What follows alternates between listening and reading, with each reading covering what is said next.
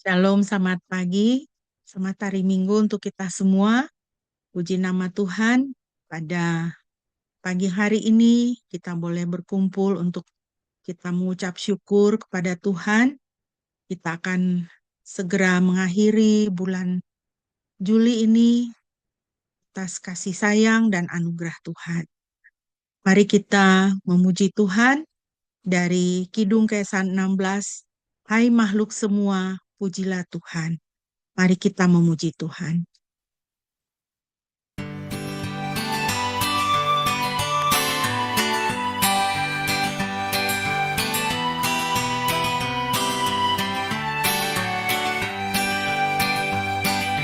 Hai makhluk semua, pujilah Tuhan kita. Haleluya, haleluya, haleluya. Pujilah keagungan. Haleluya, haleluya, haleluya, haleluya, haleluya. Bergaung di seluruh dunia, soraklah haleluya, haleluya, haleluya, haleluya, haleluya. Nyanyilah bersama dengan iringan sulung.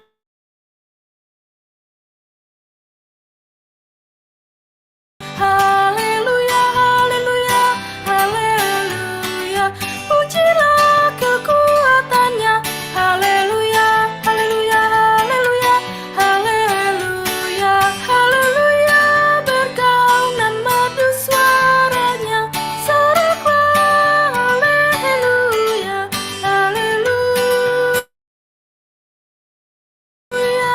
Haleluya, haleluya, haleluya.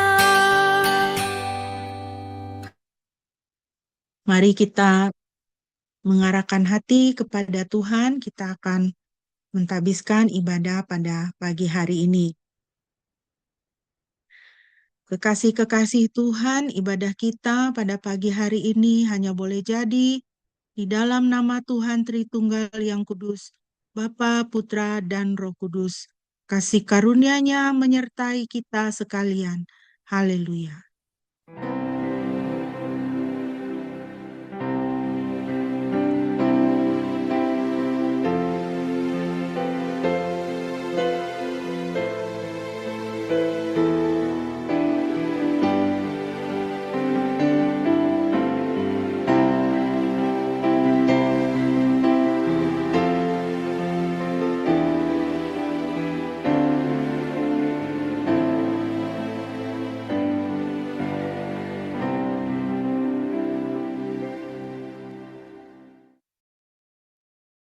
Firman Tuhan yang menjadi nats pembimbing kita pada pagi hari ini terambil dari kitab Yoel pasal 2 ayat 25 dan ayat yang ke-26.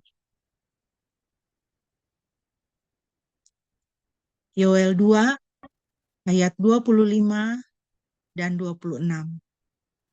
Aku akan memulihkan bagimu tahun-tahun yang hasilnya telah dimakan oleh belalang pengeriap, belalang perayap dan belalang penggundul, dan ulat pengerip. Aku telah mengirim bala tentaraku yang besar ke antaramu. Lalu kamu akan makan berlimpah hingga terpuaskan, dan kamu akan memuji nama Yahweh Elohimmu yang telah berlaku ajaib kepadamu, dan umatku tidak akan pernah dipermalukan. Puji nama Tuhan. Kekasih-kekasih Tuhan, biarlah ayat firman Tuhan ini yang adalah janji Tuhan menjadi bagian di dalam kehidupan kita. Firman Tuhan ini mengatakan kepada kita bahwa Tuhan adalah Sang Pemberi berkat. Tuhan adalah Sang Pemulih. Tuhan adalah Sang Penyelamat. Dia melakukannya untuk umatnya, untuk orang-orang kesayangannya. Mari kita dengan penuh sukacita berpegang kepada janji Tuhan ini, sehingga pengharapan dan damai sejahtera boleh senantiasa memerintah di dalam kehidupan kita, apapun situasi kehidupan yang kita alami. Mari kita bermazmur bagi Tuhan dari Mazmur 34 ayat 10 sampai dengan ayatnya yang ke-17. Dan saya minta Shine untuk membacakannya, Mazmur 34 ayat 10 sampai ayat 17.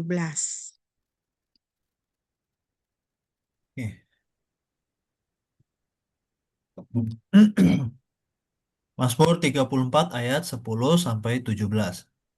Hormatlah kepada Yahweh, hai orang-orangnya yang kudus, karena mereka yang hormat akan Dia tidak akan berkekurangan.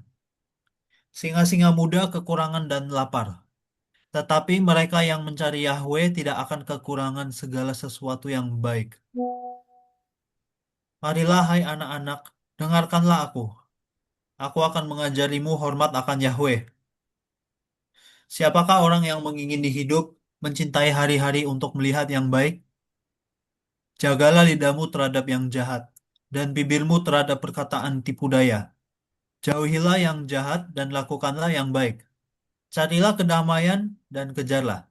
Mata Yahweh tertuju kepada orang-orang benar, dan telinganya terbuka kepada seruan mereka. Wajah Yahweh menentang mereka yang berbuat jahat, untuk melenyapkan ingatan akan mereka dari bumi.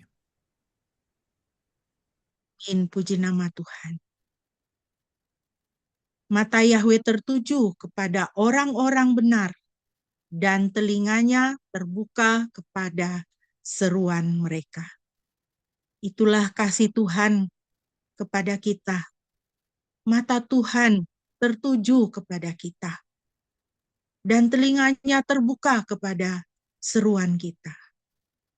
Mari kita terus mengingat akan kebenaran ini. Kita ingat akan kasih-Nya di dalam kehidupan kita. Mari kita memuji Tuhan dengan lagu berikut, Ingat Kasih-Nya, dan kita akan mempersiapkan diri untuk merenungkan firman Tuhan.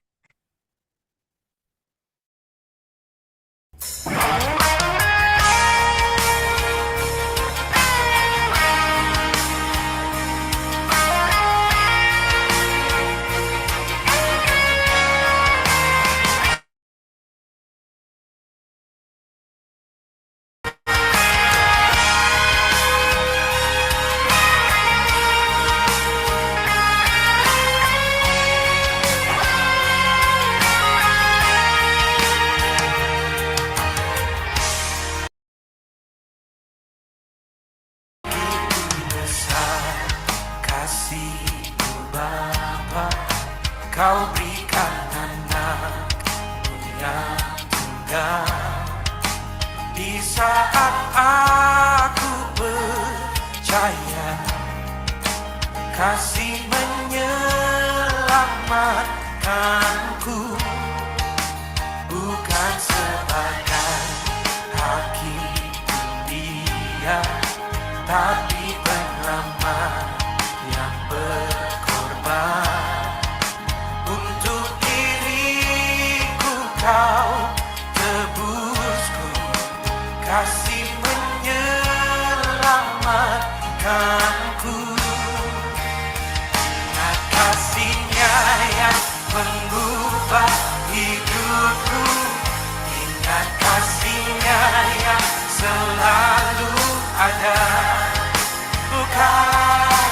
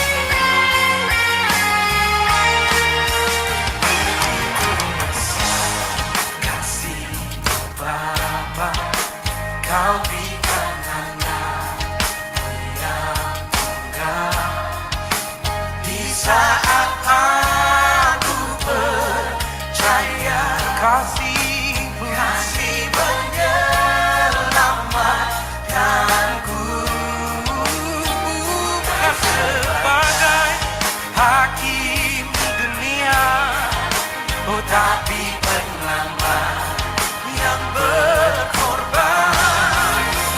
Untuk diriku kau tebusku, kasih menyelamatkanku.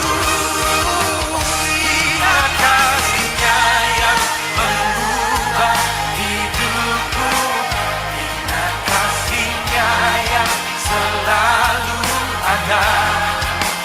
Kasih Yesus, kasih Yesus bagiku. Ingat pilunya yang sembuhkan lukaku, ingat salibnya yang menebus aku. Kasih Yesus, kasih Yesus bagiku.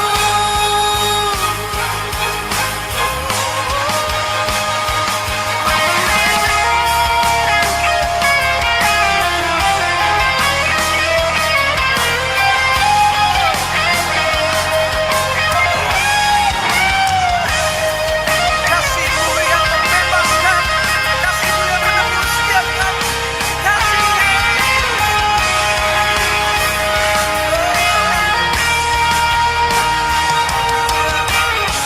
Kasih-Mu bebaskanku,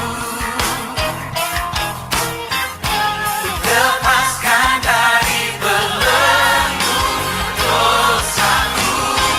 Tangan-Mu sucikanku, hanya Yesus, hanya Yesus. Kasih-Mu bebaskanku, kasih-Mu bebaskanku, lepaskan dari belenggu dosaku. Tangan-Mu sucikanku, hanya Yesus, hanya Yesus.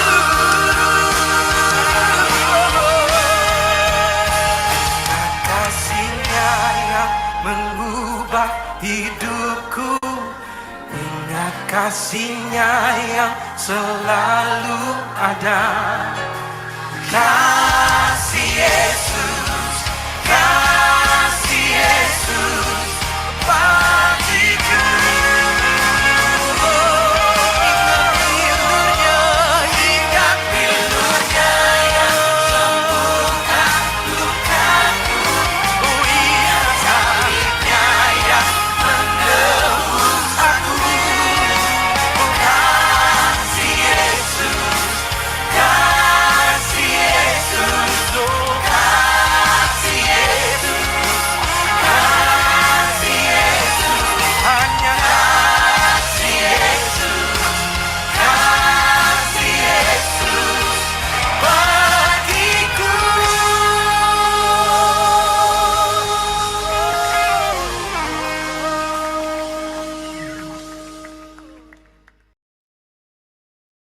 Haleluya.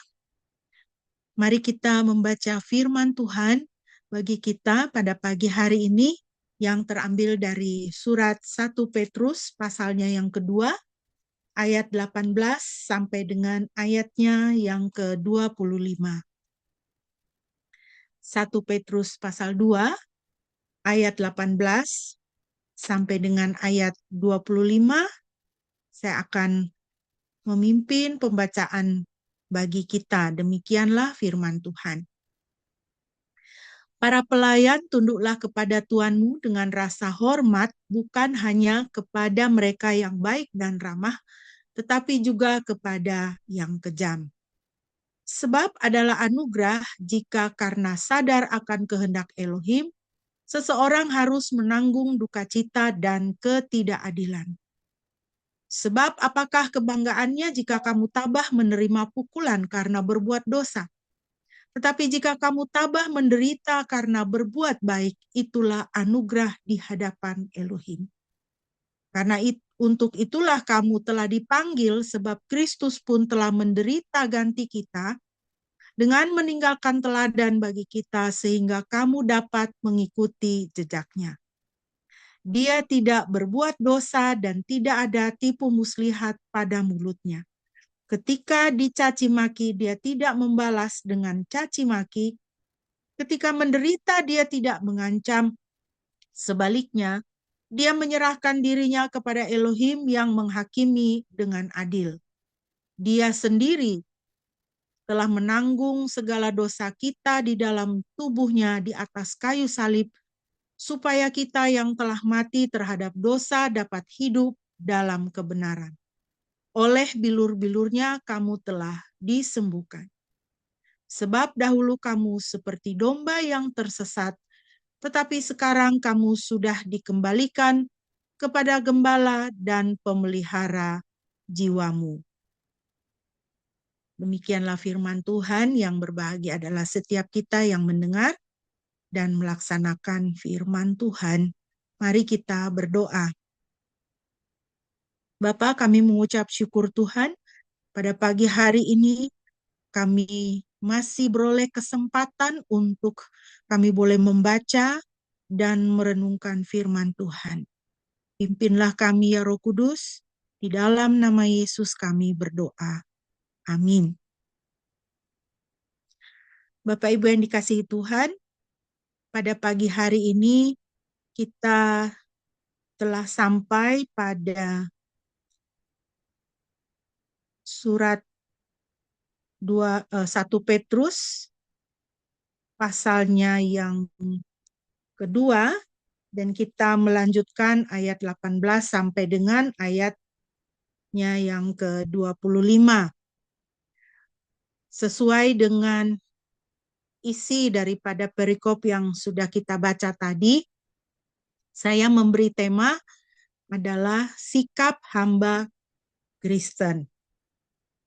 Kita ingat bahwa konteks dari surat 1 Petrus ini merupakan surat yang ditulis oleh Rasul Petrus kepada jemaat-jemaat Tuhan yang menderita penganiayaan dan kesulitan baik dari pemerintah pada waktu itu maupun yaitu Roma,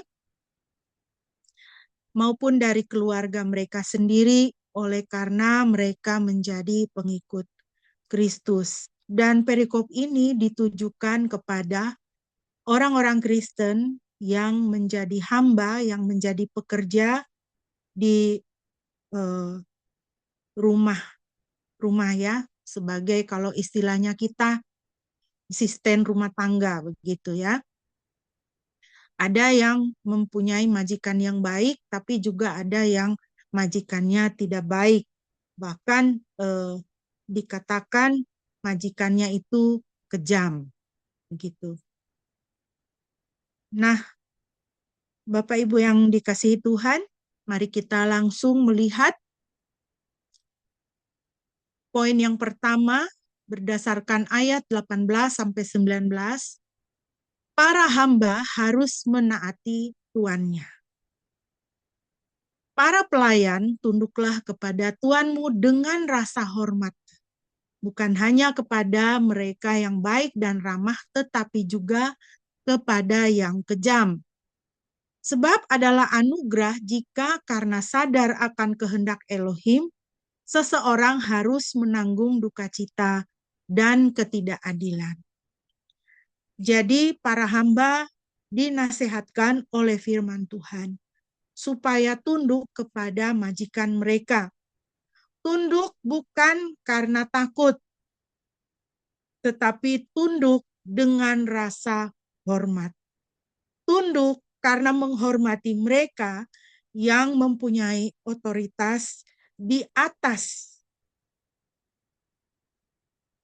kita, ya. Tunduk karena kita menghormati otoritas yang ada. Para hamba harus tunduk karena menghormati otoritas yang dimiliki majikan atau tuan mereka atas mereka.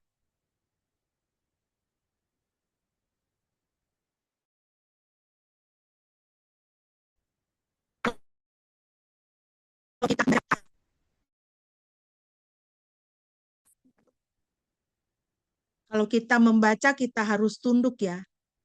Kita langsung merasa sedikit sedih ya, karena orang yang tunduk ya, stigmanya adalah itu orang yang lemah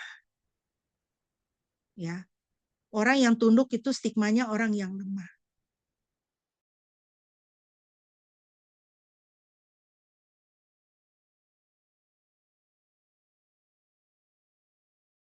Orang yang lemah adalah Tuhan semesta alam sendiri.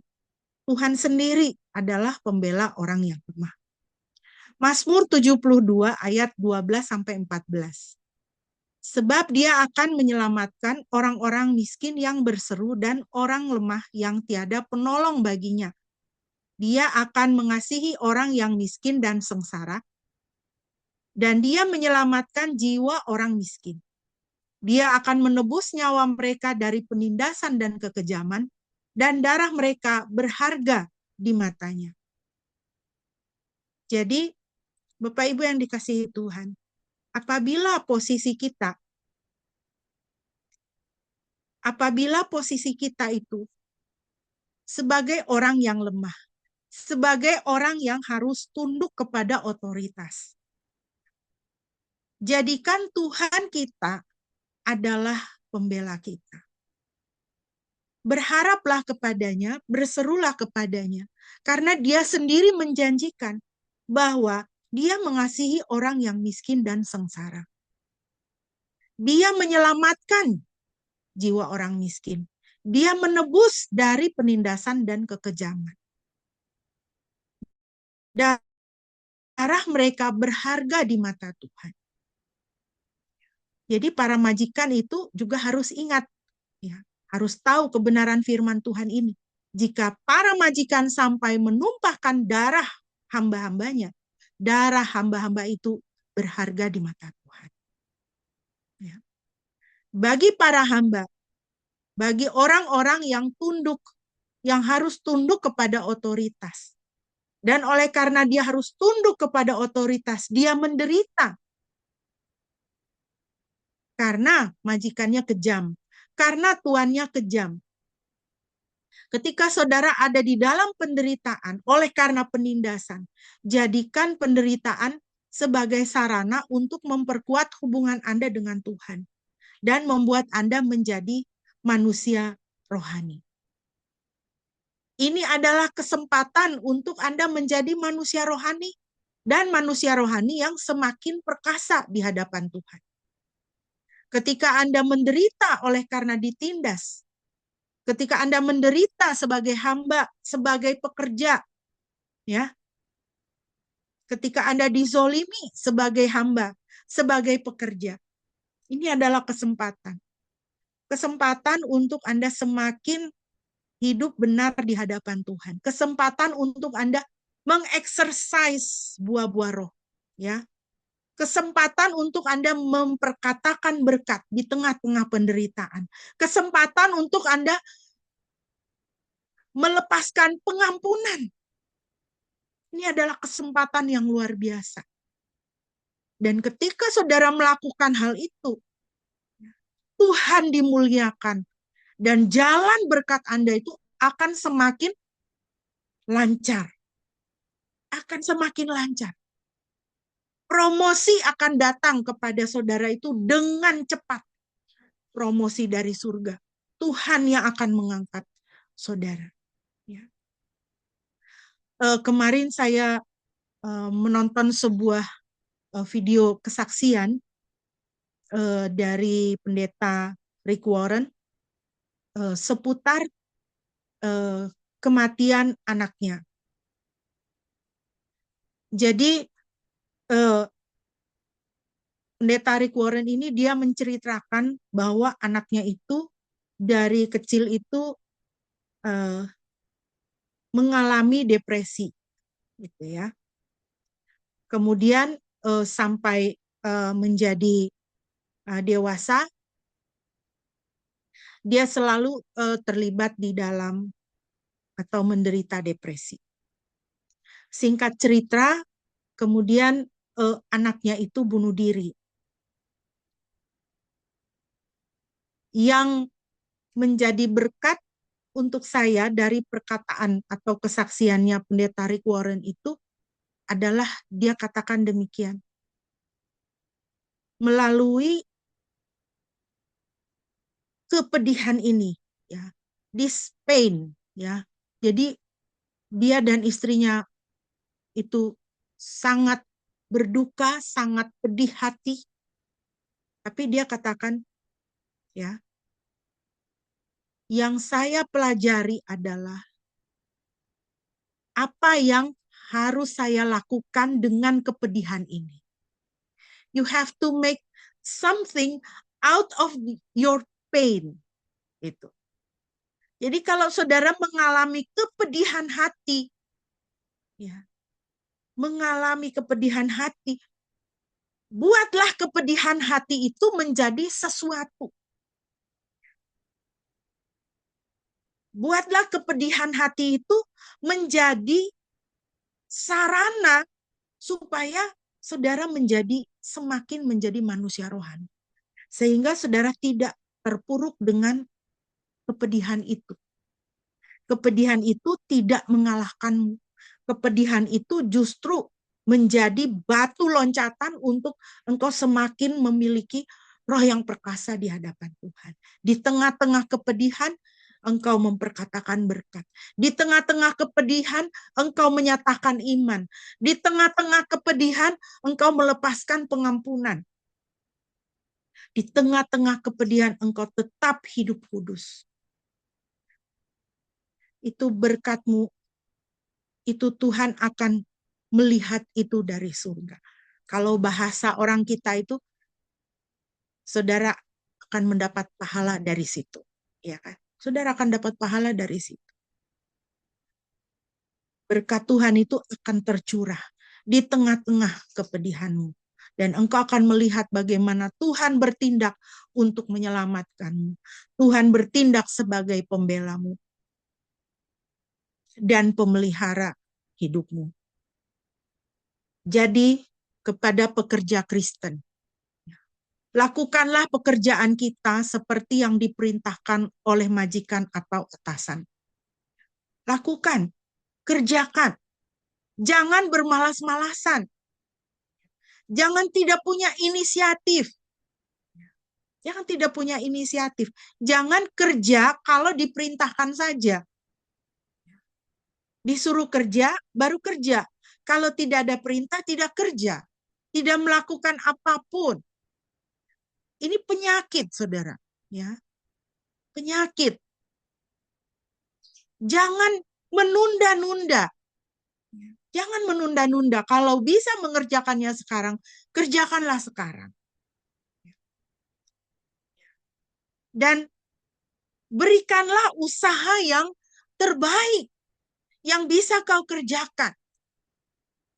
Jangan menganggap enteng pekerjaanmu. Berikan usahamu yang terbaik. Saya, waktu anak-anak saya masih kuliah, saya selalu mengingatkan mereka. Kalau sekolah atau kampus, universitas menetapkan standar kelulusan minimal, katakanlah 2,0 IPK, ya. Padahal kamu bisa 2,5 atau 3, jangan kamu berhenti di 2. Ya. 2 juga udah lulus, gak usahlah susah-susah belajar.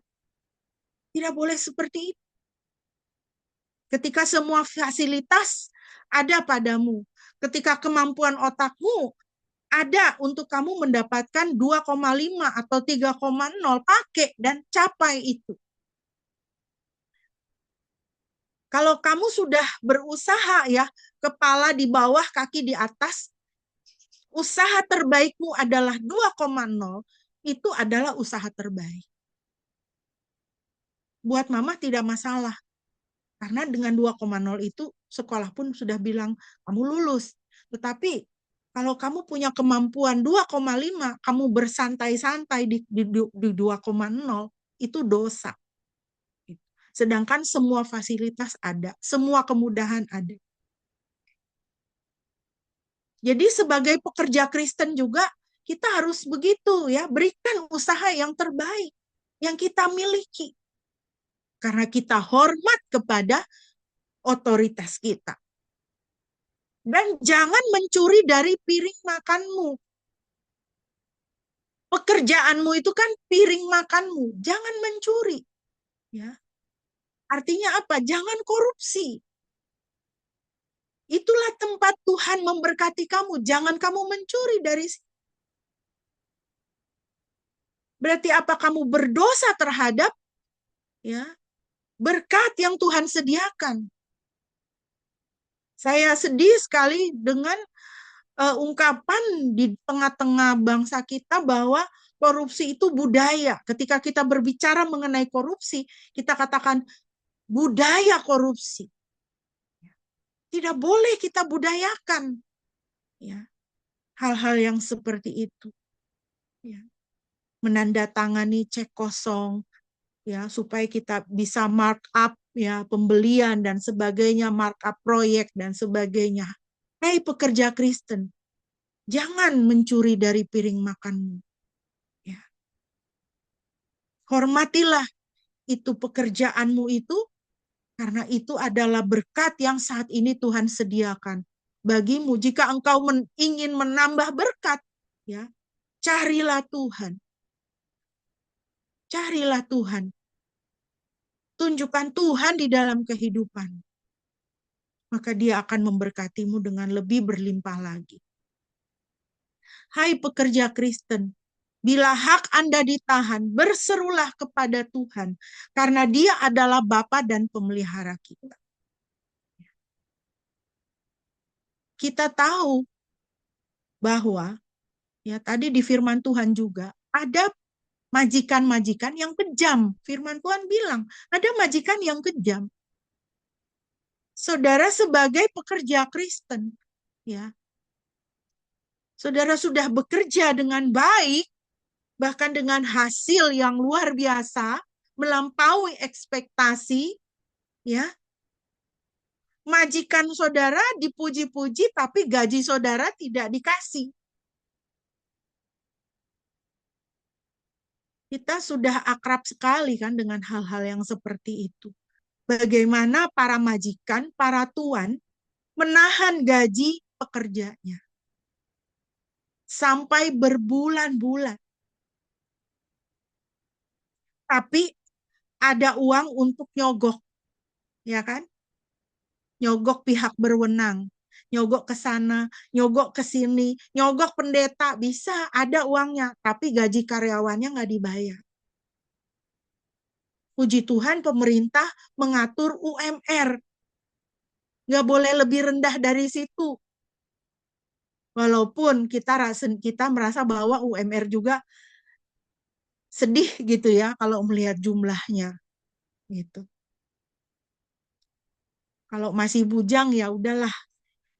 Ya, 2,5 itu pun ngos-ngosan gitu ya kan.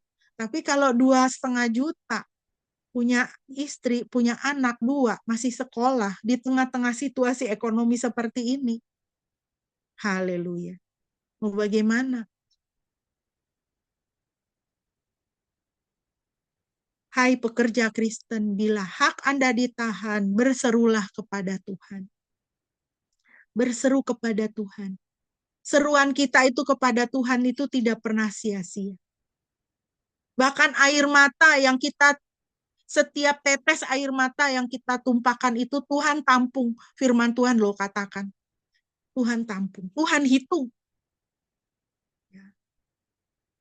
Kalau Anda dizolimi, hak Anda tidak diberi, Tuhan lihat dari surga.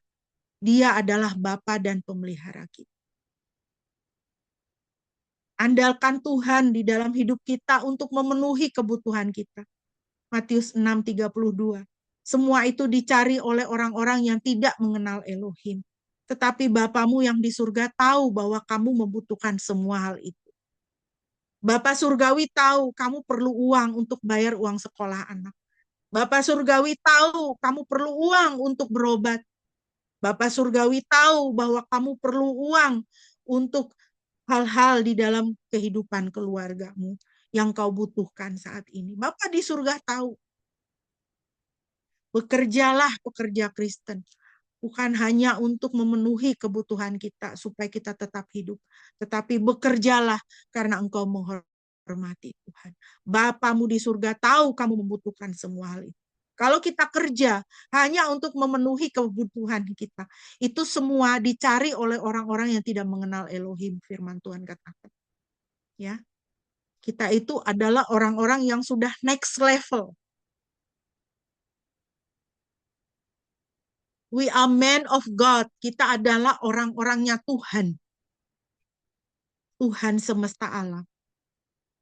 Kalau dia menciptakan alam semesta ini hanya dengan berfirman. Dan semuanya jadi. Betapa remeh-temehnya untuk dia untuk memenuhi piring makan kita. Itu terlalu mudah bagi Tuhan. Berserulah kepada Tuhan. Dia adalah Bapa dan pemelihara kita. Yang kedua, berdasarkan ayat 20 sampai 21. Kita dipanggil untuk berbuat baik. Sebab apakah kebanggaannya jika kamu tabah menerima pukulan karena berbuat dosa? Tetapi jika kamu tabah menderita karena berbuat baik, itu adalah anugerah di hadapan Elohim. Karena untuk itulah kamu telah dipanggil, sebab Kristus pun telah menderita ganti kita dengan meninggalkan teladan bagi kita, sehingga kamu dapat mengikuti jejaknya. Jadi pekerja Kristen, hiduplah dengan benar. Sehingga jika engkau menderita, itu adalah karena kebenaran, bukan karena dosa. Ya. Bukan karena dosa. Belakangan ini kita lihat ya, pejabat-pejabat ya sudah berumur, anak sudah dewasa, ya. Hidup sudah bagus, ya kan? Lalu ditangkap kasus korupsi. Malu ya. Lalu pakai jaket oranye. Itu menderita karena berbuat dosa. Ya. Jadi, untuk pekerja Kristen, menderitalah. Tapi bukan karena berbuat dosa, karena kebenaran. Dan di dalam penderitaan, tetaplah berbuat baik. Jangan berhenti berbuat baik, itu yang diinginkan oleh firman Tuhan. Tetap lakukan tugas, lepaskan pengampunan. Perkatakan berkat atas pekerjaanmu, majikanmu, tempat kerjamu, doakan keselamatan majikanmu. Ini pekerja Kristen. Ya. Jangan kita hanya berhenti di mengeluh, mengecam, mengkritik, mendemo. Tetapi pekerja Kristen, doakan keselamatan jiwa majikanmu. Jangan hanya berdemo, ya, mengkritik, menuntut secara hukum, walaupun hukum menjamin ya. Ada aturan undang-undangnya bahwa majikan itu harus memberikan gaji yang pantas. Tidak boleh melakukan kekerasan. Ada undang-undangnya. Dan undang-undang memberi ruang untuk kita memprotes dan mendapatkan hak kita. Tidak masalah. Karena undang-undang itu kan dibuat oleh negara, ya, oleh pemerintah, dan pemerintah itu ya ditunjuk oleh Tuhan untuk melaksanakan damai sejahtera keadilan bagi seluruh rakyat. Silahkan, ya, melalui serikat pekerja, saudara memperjuangkan hak saudara sebagai pekerja misalnya. Tapi pekerja Kristen tidak boleh berhenti hanya sampai di situ. Pekerja Kristen harus mendoakan keselamatan jiwa majikan. Pekerja Kristen harus melepaskan pengampunan. Pekerja Kristen harus memperkatakan berkat atas pekerjaan. Saya bilang sama anak-anak saya, setiap kali kalian mau bekerja, kalian kerjanya itu di laptop, buka sebelum kalian buka laptop, taruh tangan di laptop, tumpang tangan, Tuhan berkatilah pekerjaan saya hari ini. Tuhan berkati perusahaan tempat saya bekerja hari ini. Dan lakukan yang terbaik. Itu pekerja Kristen. Hiduplah dengan benar dan tetap berbuat baik. Teladan kita dalam Alkitab itu adalah Daniel. Ya, Daniel. Daniel ini kalau bisa kita katakan sebagai seorang pekerja, dia melakukan pekerjaannya dengan luar biasa. Jadi pada umur 80 tahun, raja mengangkat dia menjadi, istilah kita sekarang itu gubernur ya. Dan jadi Daniel itu satu dari 3 perdana menteri pada waktu itu. Dan di bawah dia itu ada 120 kepala pemerintahan. Ingat saudara, dia bekerja kepada siapa? Raja yang tidak kenal Yahweh. Raja yang gila kuasa. Dan Daniel berada pada posisi di mana rekan-rekan kerjanya, semua orang di bagian pemerintahan pada waktu itu membenci dia. Karena dia adalah seorang penyembah Yahweh. Tetapi apa yang dia lakukan? Dia tetap menjaga hidup lurus. Dia bekerja dengan sebaik-baiknya. Dia menunjukkan excellency. Dia memberikan yang terbaik yang bisa dia berikan.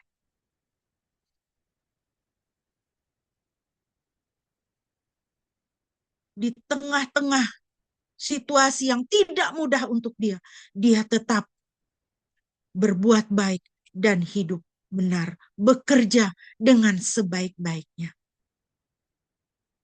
Yang terakhir Bapak Ibu, ayat 22 sampai 25.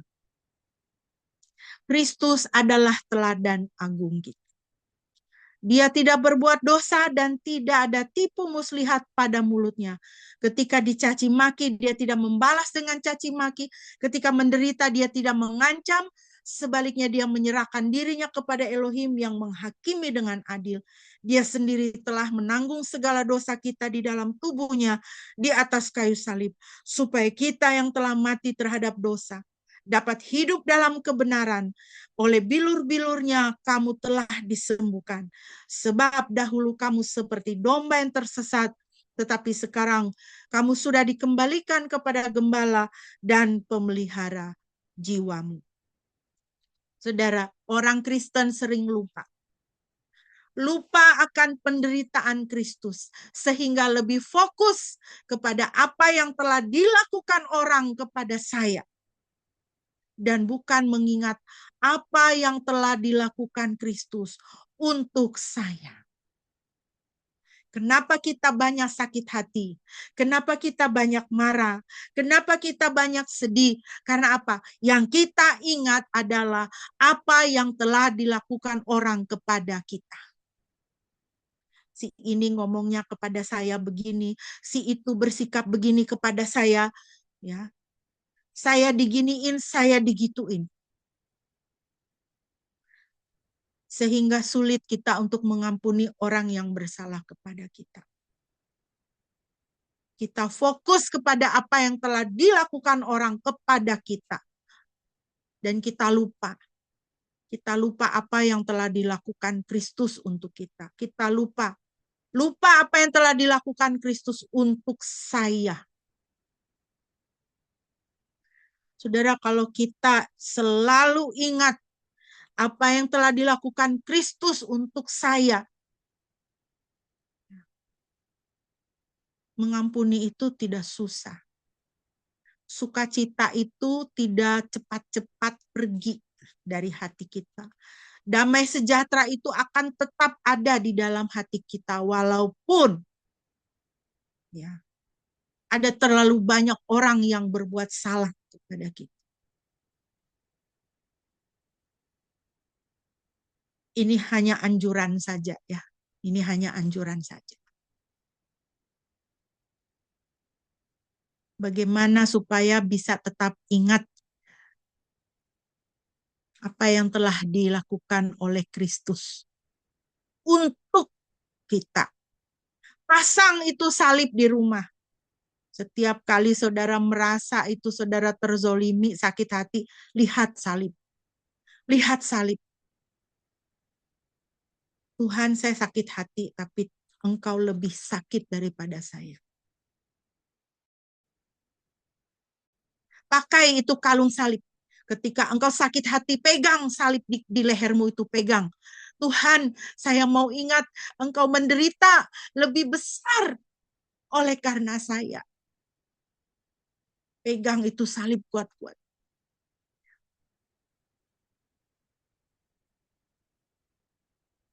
Tuhan, tolong saya.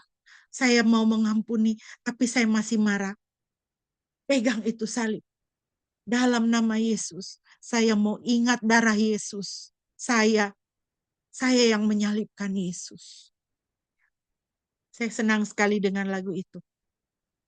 Akulah sebabnya Tuhan ke Golgota menebus dosaku semua. Akulah sebabnya Tuhan disalib. Kalau kita punya sikap itu, saudara, orang zolim sama kita tuh damai sejahtera. Tidak sulit kita untuk mengampuni orang. Marah boleh sebentar aja, tapi marahnya nggak akan sampai malam, nggak akan sampai besok, nggak akan sampai tahun depan. Dengan kuasa Roh Kudus, habis saudara sakit hati, saudara kesal, saudara akan segera mengampuni orang yang bersalah kepadamu.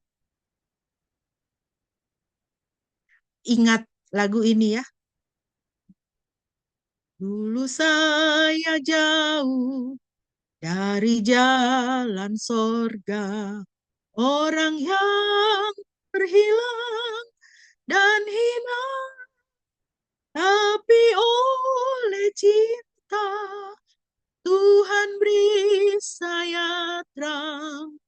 Waktu Tuhan tolong saya tersesatlah jika tiada Tuhan.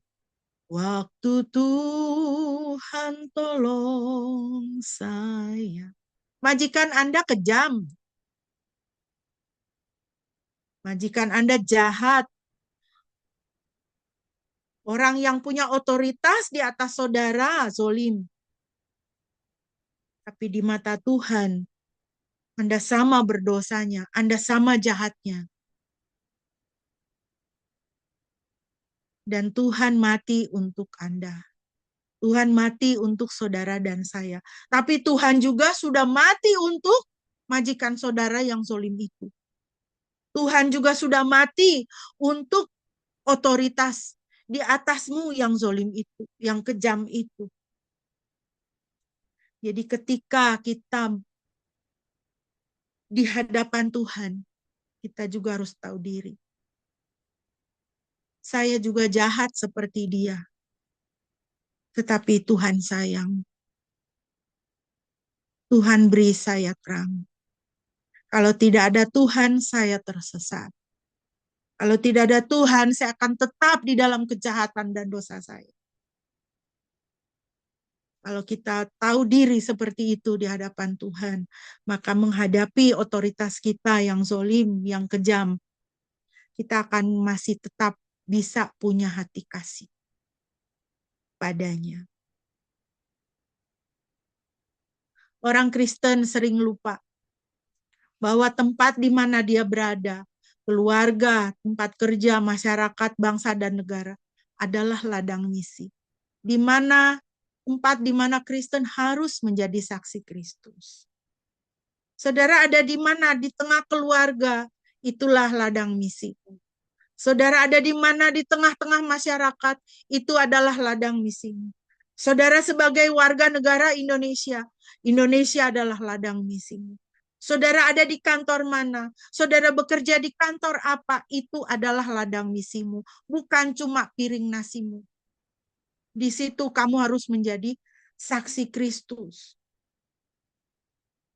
Saya bilang sama anak-anak saya, kamu cari kerja, boleh kamu minta sama Tuhan karena Dia Bapak kita. Tuhan kasih saya pekerjaan yang baik, supaya saya bisa punya masa depan yang baik, supaya saya bisa bersuka cita dengan pekerjaan saya. Tapi lebih daripada itu, kamu harus berdoa. Supaya apa? Minta sama Tuhan, Tuhan kasih saya pekerjaan, supaya di tempat kerja saya bisa menjadi saksi Kristus. Kalau saudara minta kerja seperti itu sama Tuhan, Tuhan akan langsung kasih. Tuhan akan langsung kasih. Kenapa? Karena Tuhan bilang, Kisah Para Rasul 1 ayat 8, tetapi kamu akan menerima kuasa kalau Roh Kudus turun ke atas kamu, dan kamu akan menjadi saksiku di Yerusalem, di seluruh Yudea dan Samaria sampai ke ujung bumi. Di Yerusalem, Yudea, Samaria, ujung bumi, kamu menjadi saksi. Berarti apa? Di rumah, di masyarakat, di tengah-tengah bangsa, di dalam pekerjaan kamu, kamu adalah saksi. Saksi Kristus. Itu pekerja Kristen itu harus seperti itu. Saya senang sekali ya, setiap kali mengatakan kita ini orang-orang next level. Ya. Amin. Kita ini orang-orang next level.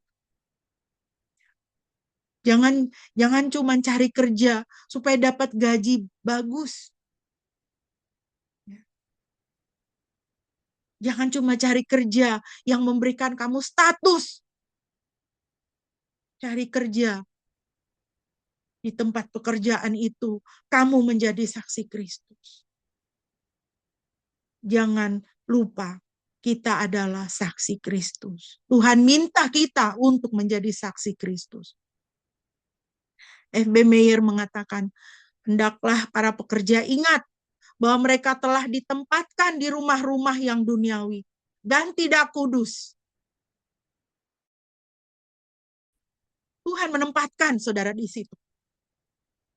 Ditempatkan di rumah-rumah yang duniawi dan tidak kudus sebagai pelita di tempat-tempat gelap untuk menjadi saksi Kristus melalui kesederhanaan dan keindahan percakapan mereka.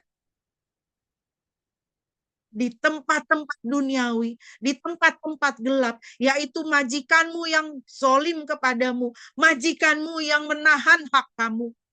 Kamu menjadi saksi Kristus di situ. Dengan perkataan kamu, dengan pekerjaan kamu, perbuatan kamu. Dan jalan salib adalah satu-satunya jalan yang aman bagi kita semua jika kita selalu terhubung dengan Sang Gembala dan pelindung kita. Sebagai penutup, jemaat yang dikasihi Tuhan, ingatlah Tuhan Yesus mengatakan, ya, ketika Ia datang kembali dan menyambut kita, apa yang Dia katakan? Maka kata tuannya itu kepadanya, baik sekali perbuatanmu itu, hai hambaku yang setia. Engkau telah setia dalam perkara kecil, aku akan memberikan kepadamu tanggung jawab dalam perkara besar. Masuklah dan turutlah dalam kebahagiaan Tuhan. Kita semua adalah hamba kepada Kristus. Dan ketika Dia datang, Dia mengatakan, baik sekali perbuatanmu itu, hai hambaku yang baik dan setia. Mari kita bersuka cita di dalam status kita sebagai hamba, sebagai pekerja. Karena Tuhan kita, majikan kita, itu adalah Tuhan sendiri. Dan Dialah yang akan memberikan upah kepada kita. Dia akan memberi upah kepada kita baik di dalam kehidupan kita saat ini dan di dalam kekekalan. Dia katakan, masuklah dan turutlah dalam kebahagiaan Tuhan. Kiranya Bapak Ibu boleh diberkati. Amin. Minta kesediaan Bapak Gembala untuk memimpin kita dalam doa respon dan doa syafaat. Baik, apakah ada yang khusus ingin didoakan? Didoakan. Oke, dari saya ada, yaitu, oke, kita, oke, ini si Dion kan sudah, kelihatannya udah selesai skripsinya nih.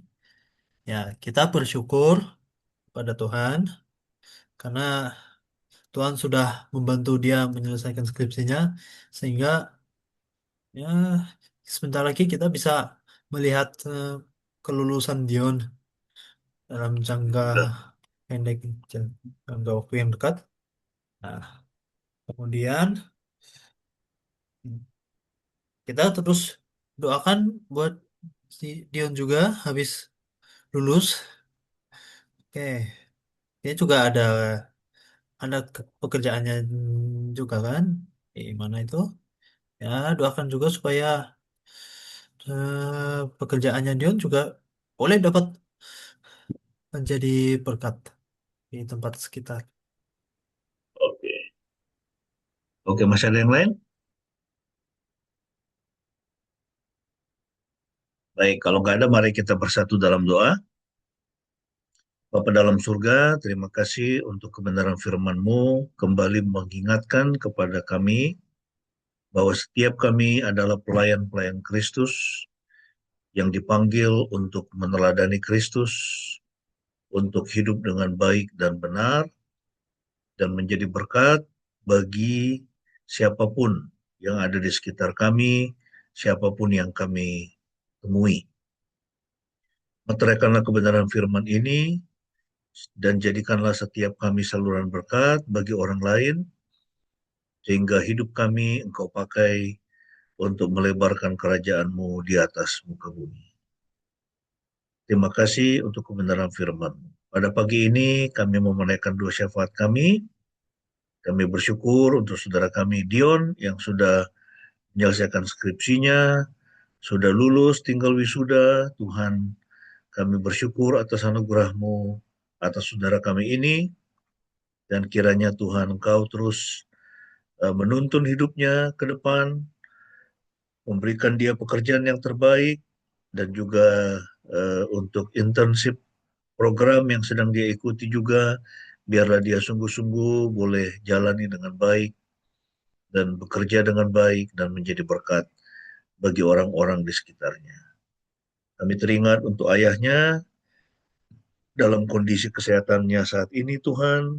Kami bersahati memohon Engkau melawat ayah dari saudara kami Dion, Roh Kudus menjamah dia, menghibur dia, mengangkat semua kelemahannya, dan juga memberikan kesembuhan, baik secara fisik maupun secara khusus, secara rohani, sehingga hatinya diliputi dengan damai sejahtera dan sukacita yang dari Tuhan sendiri, yang dari surga.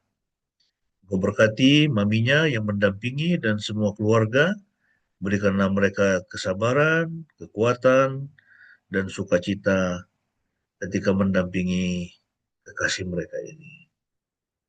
Kami juga teringat dengan Pak Hin di dalam kondisi kesehatannya, Tuhan.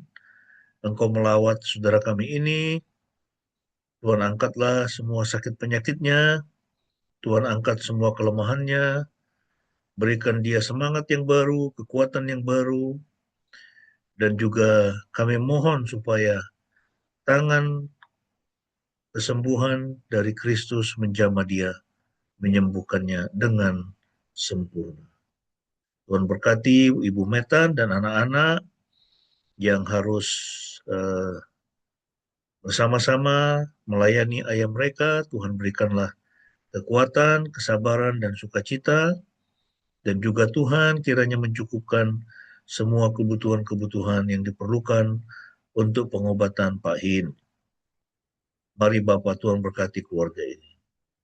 Untuk Mama Sian juga yang baru operasi, kami berdoa untuk mata kanan yang dioperasi, supaya dapat segera pulih seperti semula. Dan Tuhan Engkau memberkati proses pemulihannya sehingga mata kanan ini benar-benar boleh sempurna, Tuhan Yesus. Pemulihannya boleh sempurna. Mari Tuhan Engkau yang memberkati, baik obat yang diminum atau yang diteteskan, dan juga untuk perawatan selanjutnya, Tuhan kiranya memberkati. Kami serahkan semua orang tua kami ke dalam tangan-Mu. Untuk Opa Effendi dalam masa tuanya, Tuhan melawat dia, memberi dia damai sejahtera dan sukacita, dan menguatkan dia senantiasa. Begitupun kami teringat untuk Papa dan Mama dari Pak Hin, yang juga mengalami kelemahan tubuh. Kami mohon Tuhan, Engkau kiranya melawat kedua hamba-Mu ini, dan saat ini Tuhan, anugerah-Mu yang melampaui akal dan pikiran boleh menjamah dan memberikan pemulihan-pemulihan untuk kedua orang tua kami ini. Terima kasih Bapak, kami serahkan kehidupan kami ke depan ke dalam tangan-Mu. Bagi kami yang bekerja, berkatilah pekerjaan kami, supaya berhasil dan menjadi berlipat ganda. Apapun yang kami pegang, boleh berhasil Tuhan. Semua anak-anak kami serahkan kepadamu. Baik yang masih studi maupun yang sedang mencari pekerjaan, Tuhan kiranya memberkati semua anak-anak kami dan mengarahkan kehidupan mereka seperti yang Tuhan mau, seperti yang Tuhan kehendaki. Tuhan kiranya berjalan di depan. Karena Engkau yang tahu masa depan. Engkau tahu apa yang terbaik bagi setiap anggota keluarga kami, bahkan atas hidup kami. Kami berdoa bersehati, mau memberkati bangsa dan negara kami, pemerintah kami, di dalam usaha pemulihan ekonomi, penciptaan lapangan kerja yang sebanyak mungkin. Berikanlah hikmat Tuhan. Tuhan kiranya menjaga Indonesia supaya tetap aman, damai, dan tentram. Dan rakyatnya boleh saling membantu, saling mengasihi satu sama lain. Terima kasih Tuhan. Kami alaskan doa ini dengan doa Bapa kami, seperti yang Tuhan Yesus sudah ajar kepada kami. Mari kita naikkan bersama-sama. Bapa kami yang di surga, dikuduskanlah nama-Mu, datanglah kerajaan-Mu. Jadilah kehendak-Mu di bumi seperti di surga. Berikanlah kami pada hari ini makanan kami yang secukupnya, dan ampunilah kami akan kesalahan kami, seperti kami juga mengampuni orang yang bersalah kepada kami. Dan janganlah membawa kami ke dalam pencobaan, tetapi lepaskanlah kami daripada yang jahat. Karena Engkaulah yang mempunyai kerajaan dan kuasa dan kemuliaan sampai selama-lamanya. Amin.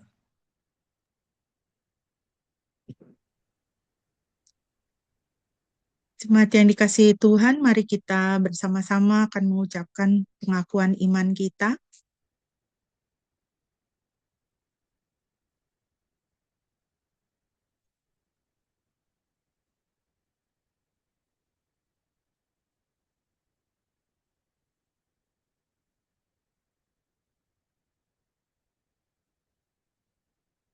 Mari bersama-sama kita berkata demikian. Aku percaya kepada Elohim, Bapa yang Maha Kuasa, Khalik langit dan bumi, dan kepada Yesus Kristus, anaknya yang tunggal, Tuhan kita, yang dikandung dari Roh Kudus, lahir dari anak darah Maria, yang menderita sengsara di bawah pemerintahan Pontius Pilatus, disalibkan, mati dan dikuburkan, turun ke dalam kerajaan maut. Pada hari yang ketiga bangkit pula dari antara orang mati, naik ke surga, duduk di sebelah kanan Elohim, Bapa yang Maha Kuasa. Dan dari sana ia akan datang untuk menghakimi orang yang hidup dan yang mati.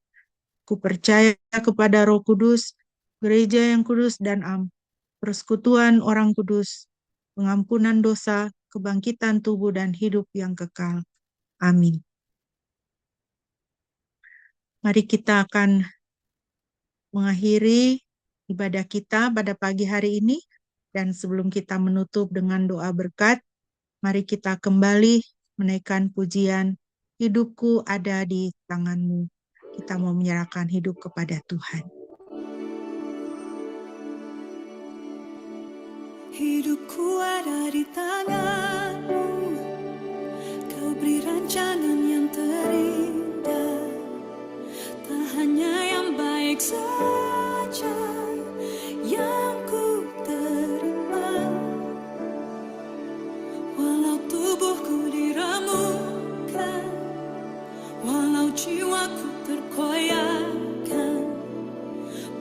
Pujianku takkan terhentikan, Rohmu yang memberi penghiburan.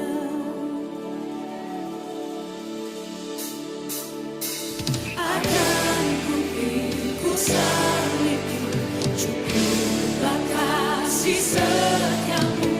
Ku bertahan, kau kuatku, berikan imanku. Ku mau tetap bersyukur, senantiasa bersyukur. Segala yang ku alami, biar kehendak-Mu terjadi. Ku mau tetap bersyukur, senantiasa bersyukur. Hatiku kan bersuka, sebab hari ini hari yang terbaik. Oh yeah. Hidupku ada di tangan-Mu, Kau beri rancangan yang terindah. Tak hanya yang baik saja yang ku terima. Walau tubuhku diremukkan, walau jiwaku tergoyahkan, pujianku takkan terhentikan. Rohmu yang memberi penghiburan. Akan ku pikul salibku, cukuplah kasih setiamu. Ku bertahan, kau kuatku, kan imanku. Ku mau tetap bersyukur, senantiasa bersyukur. Segala yang ku alami, biar kehendak-Mu terjadi. Ku mau tetap bersyukur, senantiasa bersyukur. Hatiku kan bersuka, sebab hari ini hari yang terbaik. Ini iman kami Tuhan, kami mau percaya. Akan ku pikul salibku, cukuplah kasih setiamu. Ku bertahan, kau kuatku, berikan imanku. Akan ku pikul salibku, cukuplah kasih setiamu Tuhan. Bertahan, kau kuatku, berikan imanku. Akan ku pikul salibku, cukuplah kasih setiamu. Ku bertahan, kau kuatku, teguhkan imanku. Ku mau tetap bersyukur, senantiasa bersyukur. Segala yang ku alami, biar kehendak-Mu terjadi. Ku mau tetap bersyukur, senantiasa bersyukur. Hatiku kan bersuka, sebab hari ini hari yang terbaik.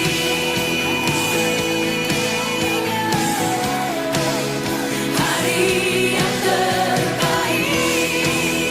Mau bersyukur Tuhan. Hari yang terbaik. Ku mau bersyukur buat hari ini. Hari yang terbaik. Sebab hari ini hari yang terbaik.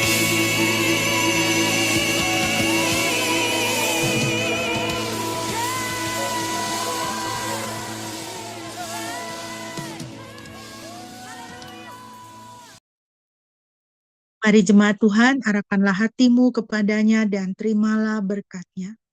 Yahweh memberkati engkau dan memelihara engkau. Yahweh membuat wajahnya bersinar atasmu dan memberi engkau anugerah.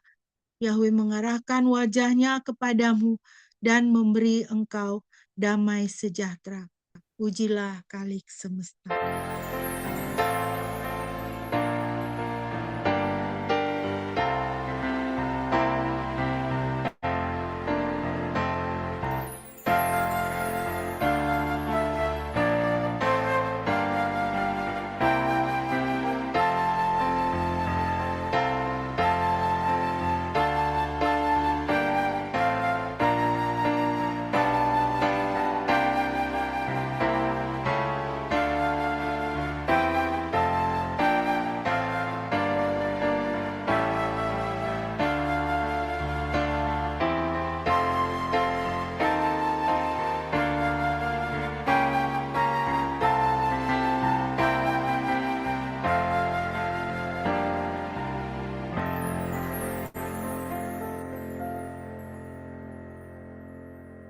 Amin. Mari kita bersaat teduh.